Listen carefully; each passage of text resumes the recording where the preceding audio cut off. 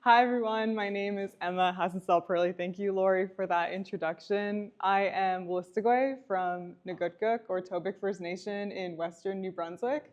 I'm a visual artist, and I'm also the Curator of Indigenous Art at the Beaverbrook Art Gallery in Fredericton. So I spend a lot of time moving back and forth between my community and Fredericton, New Brunswick. Lori invited me in to create a show inspired by Surface World, the curatorial theme Surface World, which derives from the Thanksgiving address and alludes to a specific world within the Thanksgiving address that talks about our relationship to one another, between humans and non-humans, and also our relationship to environment. And so that kind of set the tone or created a framework in how I was thinking about creating works in this space, specifically the 5 paintings that you see behind me, which were all done in the past year, actually in the past 6 months. And I think I'll start here with these first 2. And so when I was doing some reading, I was reading Leanne Simpson's work, As We Have Always Done, and I was really struck by chapter 12 in that book titled Constellations of Co-Resistance. And in that chapter, Leanne opens it up by talking about the sky world as the site of knowledge. And she describes the stars as being thoughts of the creator. And we carry a similar teaching out east as well, that all creation started with a thought. And so I'm always thinking about stars and relationship to the cosmos. And so with that chapter as well, she talked about the pros and cons of utilizing social media in activist movements.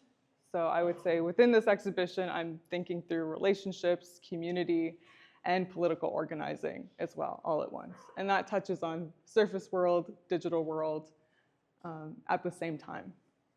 These 2 works here were the first that I created in this series of paintings. This first one is Fragmented Freedoms, number 1, and then this one is Fragmented Freedoms, number 2. And they're both inspired by a Shirley Bear print that exists in the Beaverbrook Art Gallery. And Shirley Bear was a prolific Wolastoqey visual artist, elder, and activist. And in that print, she depicts a Gunniqihaka woman from the Wolastoqiyik resistance in 1990. She was very struck by that movement and all of the artists and women that were part of the demonstration there, the 72-day standoff in Wolastoqiyik. And so there's an accompanying poem to that print as well with the same title, Fragile Freedoms, number 1. And in that poem, she's talking about freedom as not only a fragile thing, but also illusions of freedom that exist in the world. But she also goes on to say that those 2 words together represent hope for a new beginning. So it carries that message of hope into the future. The paintings are not representational of the framework or the foundation that I used to think about this new series. And it kind of has been a trajectory of the way that I've always worked since 2018, when I started practicing as an artist full-time or more seriously. And so these are abstracted beadwork patterns that I have turned into graphic images and then started playing around on the application Procreate by introducing glitches into what were already the patterns that I created to create new patterns on top of it and distort the image even further, and just playing around with clarity and distortion. And so Fragile Freedoms 1 and Fragmented Freedoms 1 and Fragmented Freedoms 2 are of the same image, but different glitch patterns. And then I took the same approach with the 2 that you see at this far end of the wall, titled Fragmented Communities 1 and 2. And in the communal aspect of this, I started thinking about, mobilization happening online, but how that might affect communal relationships as well. Because when I was growing up, my grandmother was a political activist, and she was informed by political organizing from her mother and her aunt. So whenever I was at my grandmother's house, there were always people there talking and eating and planning demonstrations that they would carry out through different instances. And I'm thinking about the time that they seized New Brunswick Power's hydro dam that was built just outside of our community without our consent. And the hydro dam doesn't actually power our community either, so there's another added conflict there. And another time when my grandmother and a group of clan mothers, grandmothers, and mothers disrupted the sisson mine project near Juniper, New Brunswick. And so a group of them actually lived on the land for months out of the year to put their bodies on the land in protection of what would ultimately impact the watershed nearest the mine project. And so that is still ongoing. And so I started thinking about that in relationship to Leanne's chapter again when she's going through the presence of social media during Idle No More in 2012 and 2013, and how the movement, a lot of the dialogue around that movement shifted to online platforms like Facebook and Twitter, and that connected people from across the country and around the world. So that created a global network through Idle No More. And I think the downside that ultimately came out of being connected in that way is when disagreements happen, you can just block or delete that person. And part of Leanne's assertion was that those kinds of relationships create a false sense of community, and that the hard part of activism is physically showing up and being in space with one another. But I also acknowledge that that's not always possible in the world we live in, and so take that with a grain of salt. And then with this work, Media Landscape has a different name than the other ones. I was looking at a beaded hat in the New Brunswick Museum, and it was made by a Mi'kmaq woman in eastern New Brunswick, and it was supposed to be a gift of diplomacy for Queen Elizabeth, but it never made it to her for some reason. And so I started thinking about those kinds of relationships, or maybe it was a form of quiet refusal in a way that it never made it to her. But the forms that you see here abstracted, the beadwork patterns and the floral patterns that come from our territory are also mirrored with the beadwork on the jacket that you see here. So I started thinking about the digital landscape as being an actual landscape, connecting that to beadwork, and how I've always viewed floral beadwork as the separation from the landscape at the same time that it is a connection to it, because you wear it on your body typically, and so you embody the landscape, or you embody florals. And then I think that kind of ties back into communal relationships as being, I think it goes back to the framework of the show, because I'm thinking through knowledge and responsibility and how that moves through each world that I'm thinking of, whether it be the physical world or the digital world, because that's where our relationships exist today. And then I think if I can shift over to this corner, everybody can come in closer.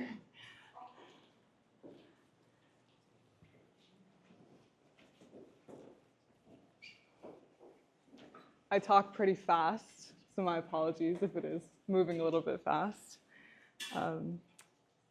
The paintings then become connected to the side of the room that is the work that I started in my undergrad when I was a fine arts student at Mount Allison University.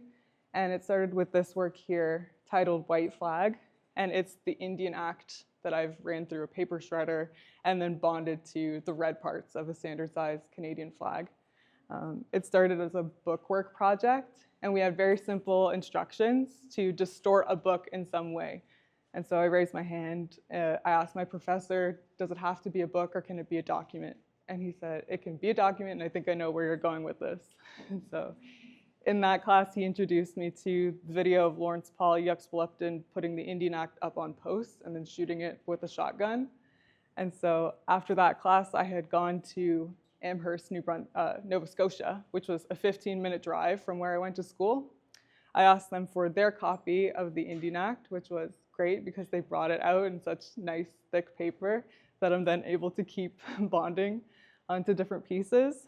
And so I ran the copy through the shredder and was very intentional with wanting to put it over the red parts because I think that it's a symbolic color in many nations.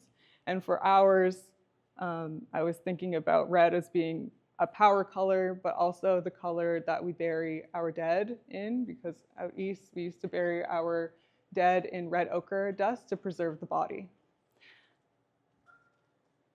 So through this project, through this ongoing series, I'm thinking about the term legislative identity, how the Indian Act continues to shape our identity the ways that we see ourselves through this architecture of legislation. On a communal level, on a cultural level, through systematic levels. And with the flag, it represented nationhood and the imposition of band council systems placed onto our nations, because those weren't typically the way that we governed ourselves. Out east, many leaders could be appointed, and those were often appointed by women, and you just don't see that type of system existing in community. You often see it at a grassroots level. And so I was thinking about imposed governance through the Indian Act with this work specifically.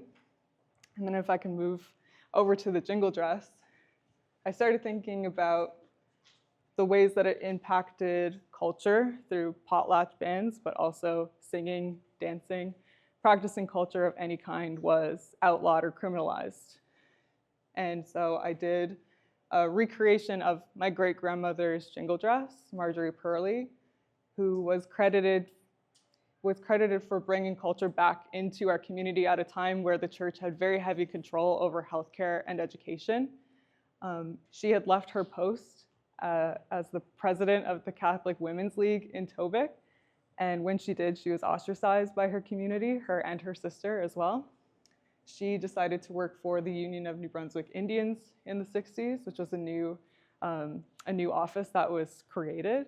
And she received a Ford Foundation grant to do research on ceremonies and cultural practices. And I think that her main focus was on different types of dance. And so she introduced traditional dancing back into Tobique. She also received funding to build Fort Maliseet, which was probably just as you can imagine.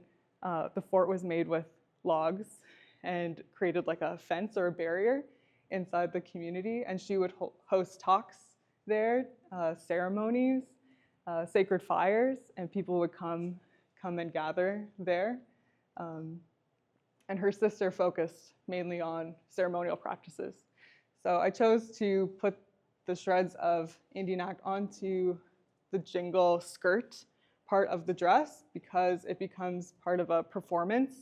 I made the dress to fit my body so that I could wear it and I could dance in the dress.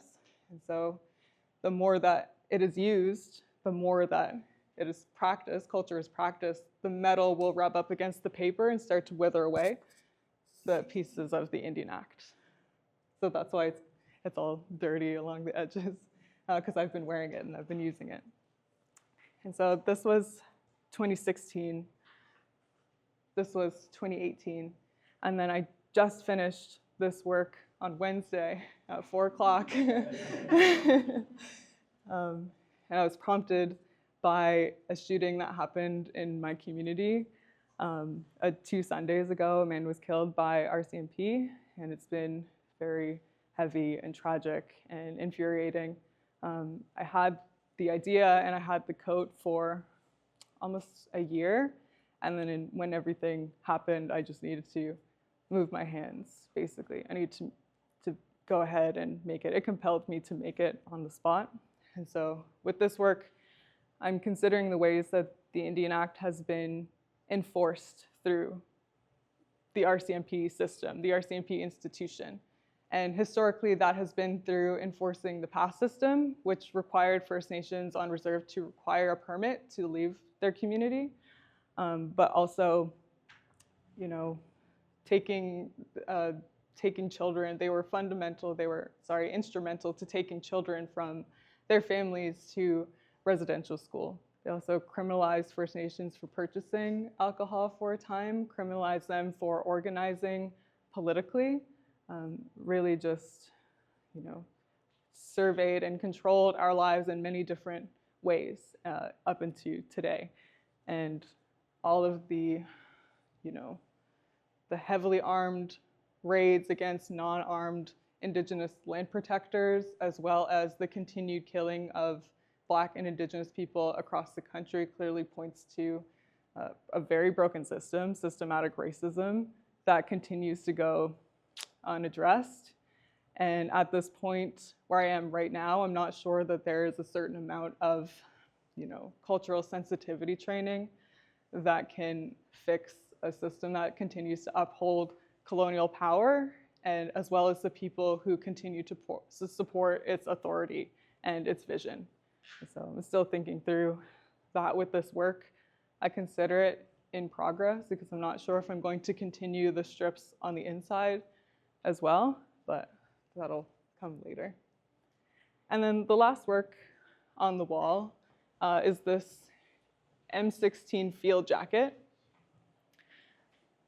That became important to, I think, Indigenous political organization aesthetics in, I want to say, the 1960s, because these types of jackets were then able to be purchased by, you know, regular folks on the street, where they were typically used for people in the army. And you would see people wearing these during, like, the Red Power movement, the American Indian movement, during the Wolastoqey resistance. My grandmother would often wear an M16 field jacket when she was doing her demonstrations. And we have this joke in our family that if she's wearing camo print and red lipstick, like, she means business. And so I started thinking about all of her years dedicated to public service as an activist, and that people like my grandmother don't often get remembered, commemorated, or decorated in the way that folks in the Army do. And so I created all of the beadwork patches and medals, thinking about warrior society and commemorating warrior society, because with the shift to online activism, we are not seeing as many warriors stepping up and putting their bodies on the line. So, and we've lost a significant amount of warriors in my community as well. So that's to think about them and thank them. It's called Thank You for Your Service. And all in there. Thank you so much.